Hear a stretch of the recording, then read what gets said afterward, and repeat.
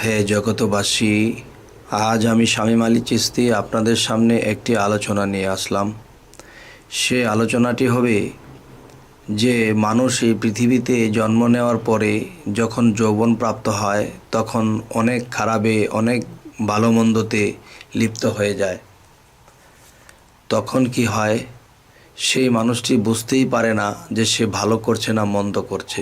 যৌবনের তাড়না এমনই একটা বিষয়, যারা একটা কথা বলা আছে যে 25 বছরের একটা যুবক কখনো 80 বছরের মানুষের অনুভব করতে পারে না, কিন্তু 80 বছরের যে মানুষটি সে 25 বছরকে অনুভব করতে পারে যে তার মনের কি গতি।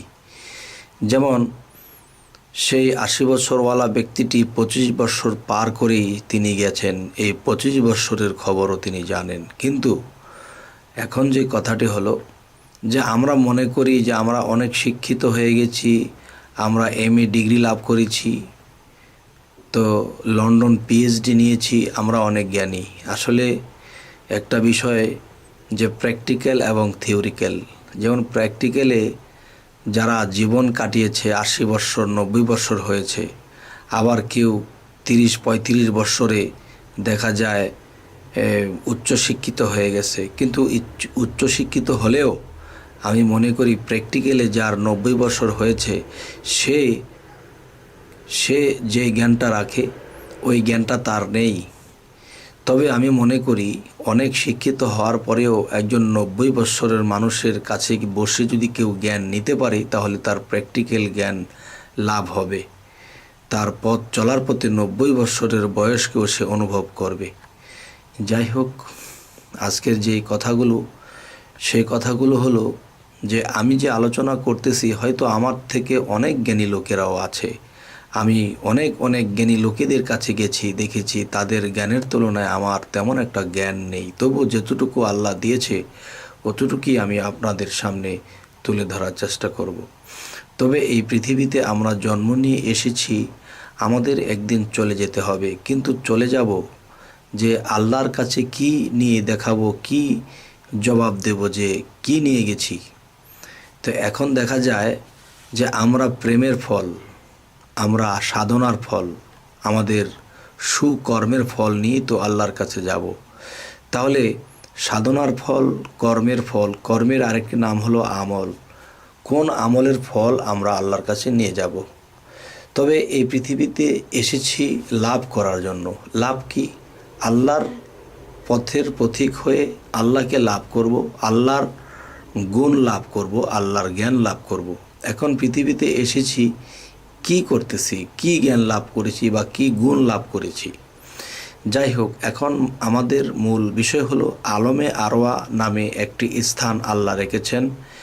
সেই আলমে আরওয়াতে আমাদেরকে যখন সমস্ত আত্মাগুলো সৃষ্টি করে রেখেছিলেন আল্লাহ, তখন সেখান থেকে আল্লাহ আমাদেরকে জন্মের মাধ্যমে আমাদেরকে পৃথিবীতে আল্লাহ প্রেরণ করলেন। এখন এখানে একটা পরীক্ষার মঞ্চ, যেমন সূরা মুলুকের 2 নম্বর আয়াতে বলা হয়েছে ওয়াল্লাযী খালাকাল মাউতা ওয়াল হায়াতা লিয়াবলুয়াকুম আইয়াকুম আহসানু আমালা ওয়া হুয়াল আজিজুল গাফুর। অর্থাৎ আল্লাহ বলতেছে, আমি তোমাদের মৃত্যু ও জীবন সৃষ্টি করিয়াছি পরীক্ষা করার জন্য, তোমাদের মধ্যে কে কর্মে উত্তম। তাহলে আমরা যে উত্তম হয়ে যাব এবং এই আত্মাকে পবিত্র করব, কি করে করব, কোন সাধনাগুলো করব? তবে সেই সাধনাগুলো আমি কবির ভাষায় বলে যাব, আমার চাচাগুরু জালালউদ্দিন খাঁ তিনির লেখা। আমি সেই কবির ভাষায় যখন গভীর সাধনার কথাগুলো বলবো তখন আপনারা জ্ঞানীগুণীরা বুঝে নেবেন। তো সেটি হলো, হাতনা তাওয়ায় দিবানিশি হয়ে যাওগে কামার পোড়া, শেষে যাবে লালবাজারে চারি রঙের নিশানুরে, অগ্নির মতো ধুধু করে মধ্যে জিনিস ভরা, হে হরফের চাবি দিয়া সধাই গিয়ে গুড়া, তালা খুললে নয়ন মেলে দেখবে সাদা 3 কোঠরা, 3 তালাতে এক নাম ফোটে, হাহাকার এক শব্দ ওঠে, ঢেউ লাগে ত্রিবেণীর ঘাটে, দেখছে রসিক যারা, ভালোবাসা ভবের আশা মিটাই আছে তারা, কেন তোমরা দৌড়াইলে না দমের গোড়া। হে জগতবাসী, এই কথাগুলো যদি কেউ বুঝতে পারে এবং এই সাধনাগুলো করতে পারে, তিনি অবশ্যই আত্মার মুক্তি পাবেন। তবে আত্মার মুক্তি পেতে হলে আরও কিছু সাধন তত্ত্ব আপনাদেরকে বলবো।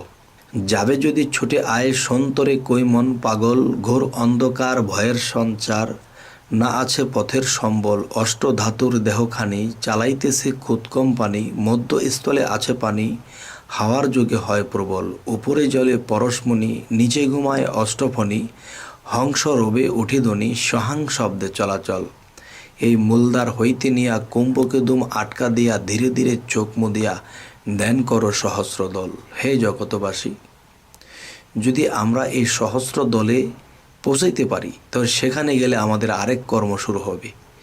তখন কি হবে? আমরা একদিন আত্মার মুক্তি ঘটাতে পারবো। আর আমরা যেখানে পৌঁছাবো সেখান দিয়ে যদি আমাদের দেহের থেকে আত্মাটা বের হয়, তাহলে আমরা মুক্তির পথে চলে যেতে পারবো। তাই মুক্তির সাধনাগুলো আমি আবার বলবো, অন্য একটা মুক্তির সাধন, যেই সাধনাগুলো করলে মানুষ এই পৃথিবী থেকে চিরমুক্তি হয়ে যেতে পারে। প্রাণায়াম অভ্যাস করো, সাধন পথে মন আমার, রেচক পুরো কুম্ভকেতে লুপ্ত করো কাম্বিকার, পরের শট চক্র শোন নিঘুমেতে করো ধ্যান, দম সমর্থে করো সাধন গুহমূলে মলাদার, সেই পদ্মতে কুণ্ডলিনী ভোজঙ্গল সেই রূপিণী, 3.5 পেজ দেয়া তিনি দৃষ্টি রাখছেন সহস্রবার, ঊর্ধ্বশ্বাসে চলন মোর, বীজ মন্ত্র করে রোপণ, ছাড়াই আলাও ধরা সাধন, দেখবে মজা চমৎকার, ডাকিনী যোগিনী নিয়া আছেন মা সুখে ঘুমাইয়া, ঊর্ধ্বশ্বাসে লও জাগাইয়া, রুদ্ধ রাখছে ব্রক্ষদার, চলরে জাহবীর কোলে সবাদিষ্ঠানে সরদলে, জম্প দিয়ে পর্গে জলে যদি মন জানে সাঁতার, স্নিগ্ধ জলে শুদ্ধ হইয়া জলের উপর আসন নিয়া, মণিপুরে যাও চলিয়া থাকবে না অন্ধকার, একটি ফুলের পাখি 10টা যদি হইতে পারো নিষ্ঠা, খাইবে বেসুমার, অগ্নিকুণ্ডের কোলাহলে কান ফেটে যায় ভূমণ্ডলে, ঝাঁপ দেওগে সেই চিন্তা নলে যদি ইচ্ছা থাকে কার, এই আলাজিব্বা ধুধু করে যেজন সাহসের জোরে দম রাখিয়া পুড়ে মরে, অগ্নি হয় তার তাবেদার, সেই অগ্নিতে হইলে দাহন হয়ে যাবে অগ্নিবাহন, কাঞ্চন বরণ হবে তার, এই হৃদয় পদ্ম অনাহত 12টি দল, রয় পবিত্র নারায়ণ বিরাজিত, বায়ুতে তারাহার বিহার, সেই পথে হইলে সাধন, বায়ুর শোনে করবে ভ্রমণ, পরমাত্মা হবে দর্শন, পুণ্যজনম আর হবে না, এই 16 দল কণ্ঠমূলে বিশুদ্ধক্ষা পদ্ম বলে, সাধন হলে আকাশকুলে সুখের নাহি পারাপার, এবার শোষণমার ছিদ্র দিয়া দ্বিদল পদ্ম ওঠো গিয়া, এই আজ্ঞাচক্র ভেদ করিয়া করিলাও জাতের বিচার, সেই দেশেতে গেলে পরে মুক্ত জীব বলে তারে, জালাল বলে যাবে সেরে জমের নাই অধিকার। হে জগতবাসী, যে শরীয়তের ভাষায় বলা হইতেছে যে আজরাইল আসলে 1 সেকেন্ড সময় দেবে না, টান দিয়ে নিয়ে যাবে, কিন্তু একজন সাধকের কথা, একজন সাধুর কথা, একজন সুফির কথা, আল্লাহর কথা,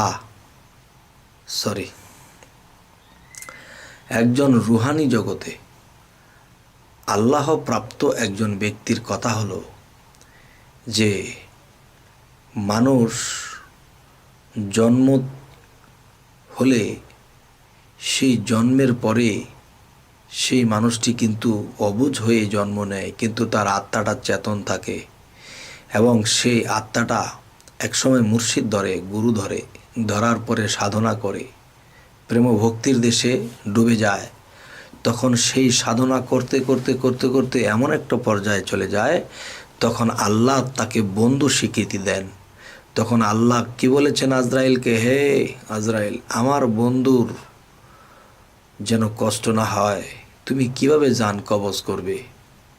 তখন দেখা যায় আল্লাহ এমন এক পদ্ধতি দিয়ে দেয়, তখন আজরাইল যখন আসে তখন আল্লাহর বন্ধুর কথা ভেবে তখন সে সামনে আসে না। তখন কি করে, আল্লাহ একটা পদ্ধতি দিয়েছে, এই পদ্ধতিতে তার রুহুটা চলে যাবে, বের হয়ে যাবে, তার টেরও পাবে না যে কখন মারা গেল। তাই বলতে চাই, হেগো জগৎবাসী, যে একটি কথা বলা হয়েছে, শোষণমার ছিদ্র দিয়া দ্বিদল পদ্ম ওঠো গিয়া, আজ্ঞাচক্র ভেদ করিয়া করিল জাতের বিচার, সেই দেশে গেলে পরে মুক্ত জীব বলে তারে, জালাল বলে যাবে সেরে জমের অনায় অধিকার। সেখানে জম কিংবা আজরাইলের কোনো অধিকার থাকে না। তখন এখানে কি হয়, এখানে আল্লাহ তাকে জয় করে দেয়। হে জগতবাসী, আজকে যেই সাধনার কথাগুলো বলা হলো, এই সাধনাগুলো যার তার মুর্শিদের কাছে যাওয়ার পরে যখন এই চাওয়া হবে এই সাধনগুলো, তখন এই সাধনগুলো যদি কোনো ভক্ত করতে পারে তো ইনশাআল্লাহ আত্মার মুক্তি ঘটে যাবে। হে জগতবাসী, আজ এই বলেই রাখবো। তবে একটি কথা, আমাদের আলোচনাগুলো যদি ভালো লাগে অবশ্যই সাবস্ক্রাইব করুন এবং পরবর্তীতে আমরা যা কিছু ভিডিও আপলোড দেব আপনাদের কাছে চলে যাবে। তো আজ এই বলেই রাখছি, সকলেই ভালো থাকবেন। আল্লাহ হাফিজ।